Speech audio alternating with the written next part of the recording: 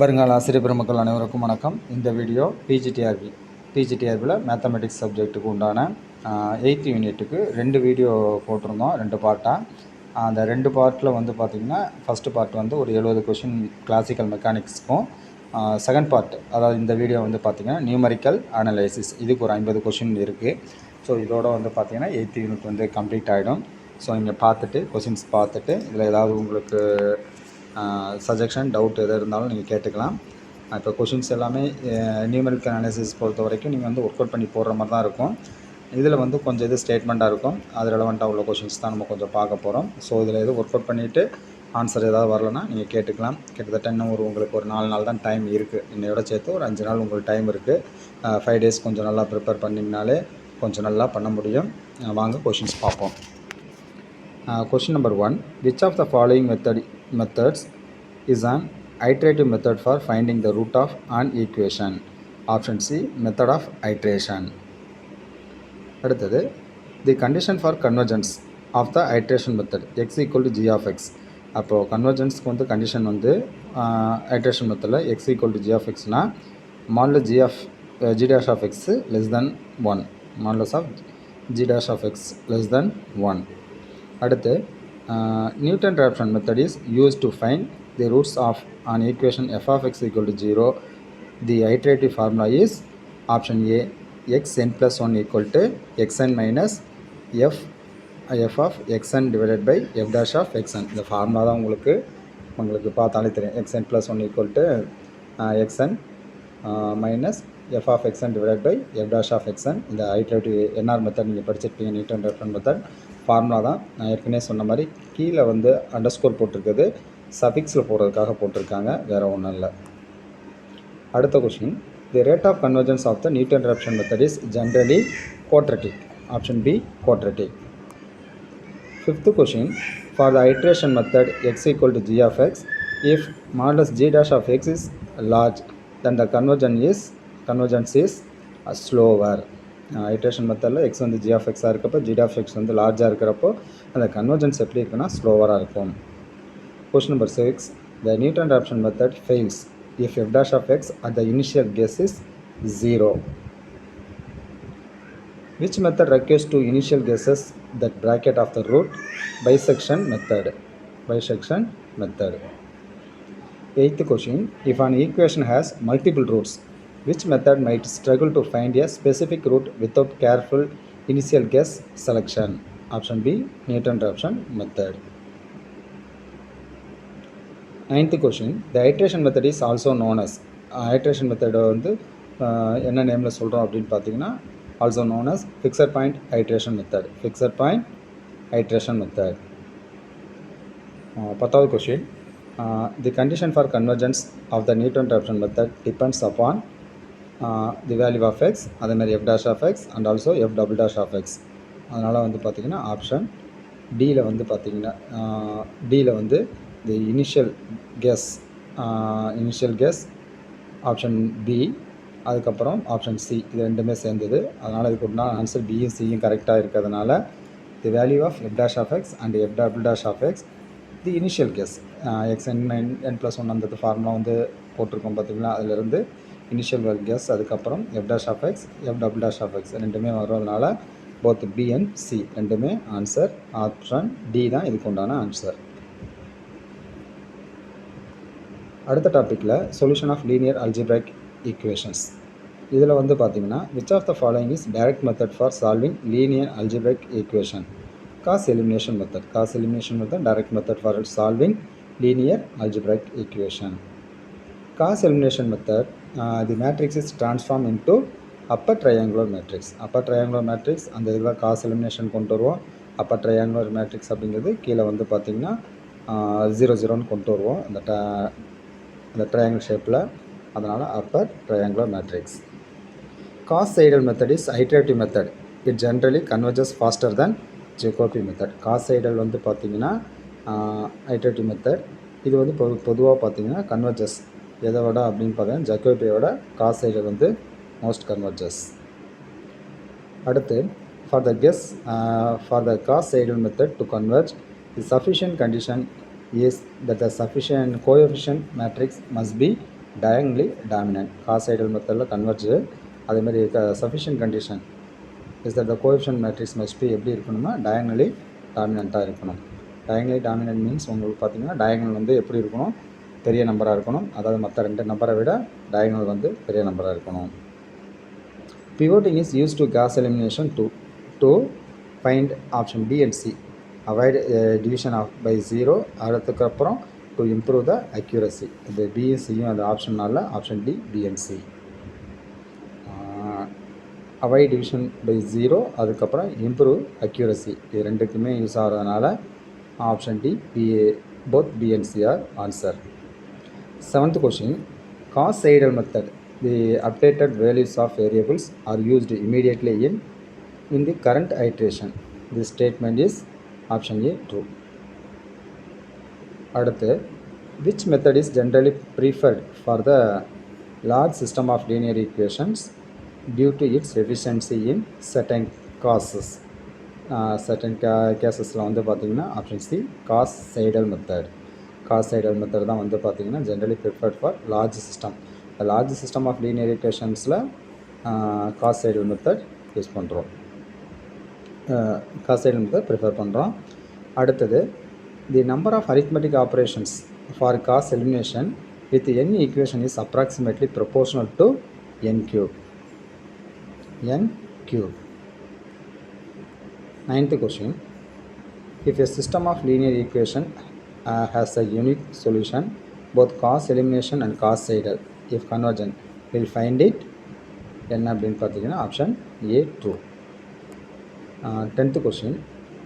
இந்த டாப்பிக்கில் which method involves converting the system Ax equal to B into a equivalent system where the solution can be found by back substitution? Gauss elimination மெத்தடில் தான் நம்ம என்ன பண்ணுவோம் அப்படின்னு பார்த்தீங்கன்னா அப்பர் ட்ரையாங்குலர் மேட்ரிக்ஸ் வந்ததுக்கப்புறம் அதை பேக் சப்ஸ்டியூஷன் மெத்தட் யூஸ் பண்ணி சால்வ் பண்ணுவோம். அடுத்தது finite difference and interpolation. The forward difference operator is denoted by delta. What is delta f of x? Delta f of x அப்படிங்கிறது f of x plus h minus f of x. அதே del f of x.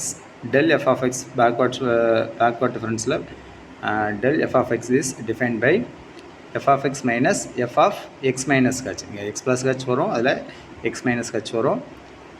f of x plus h minus f of x இந்த forward, f of x minus f of x minus hங்கிறது உங்களுக்கு backward class. அதுக்கு வந்து del symbol use பண்ணுவோம்.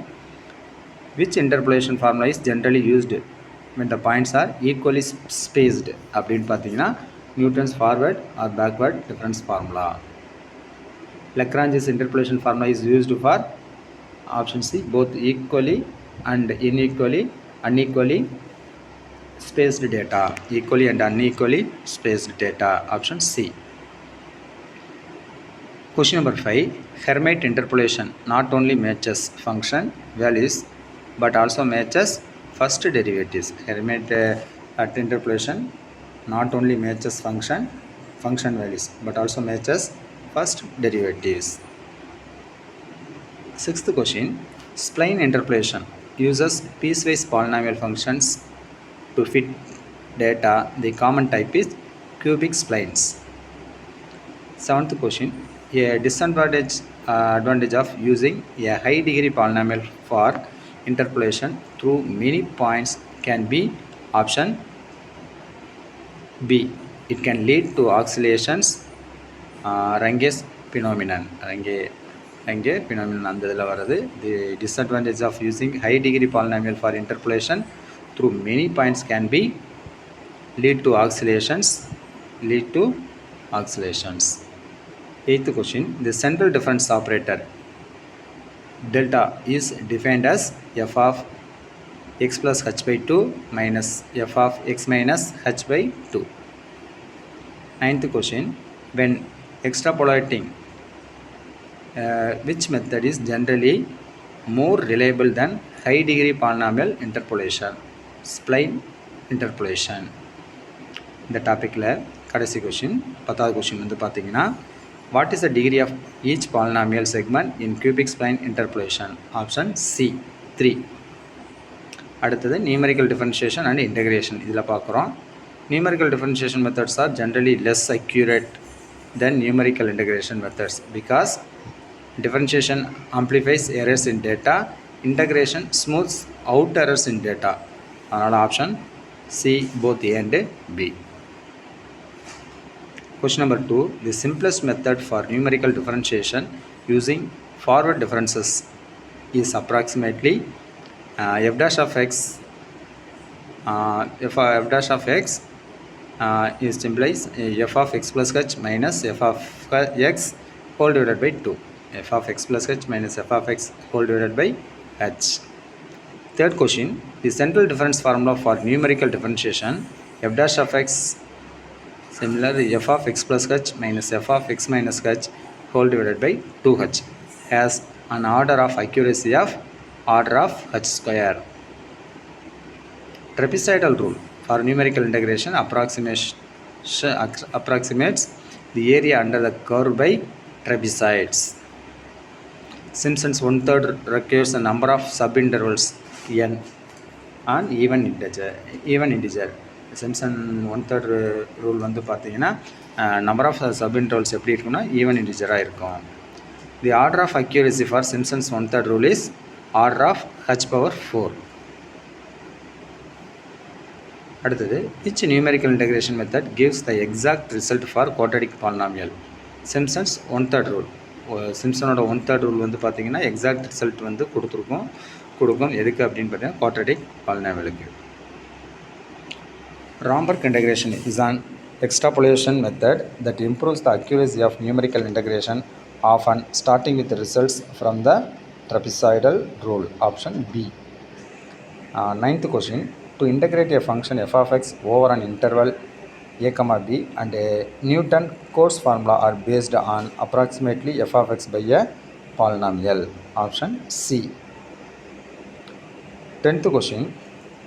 If f of x is known at discrete points, numerical differentiation is often performed by first interpolating a polynomial through the points. Interpolating a polynomial through the points. இதான் வந்து பார்த்தீங்கன்னா 10th கொஸ்டினுக்கு உண்டான option B. அடுத்த topic வந்து பார்த்தீங்கன்னா numerical solution of ODE ordinary differential equation. Picard's method of successive approximation is used to solve ordinary differential equations. Picard's method வந்து successive approximation is used to solve ODE ordinary differential equations. Euler method for solving ODE is first order method, meaning its local truncation error is proportional to h power 2. Option B, h square, h power 2. அடுத்து third question, the formula for Euler's method for y dash of x equal to f of x comma y, then y not equal to x not equal to y not is option A, yn plus 1 equal to yn plus h into f of xn comma yn.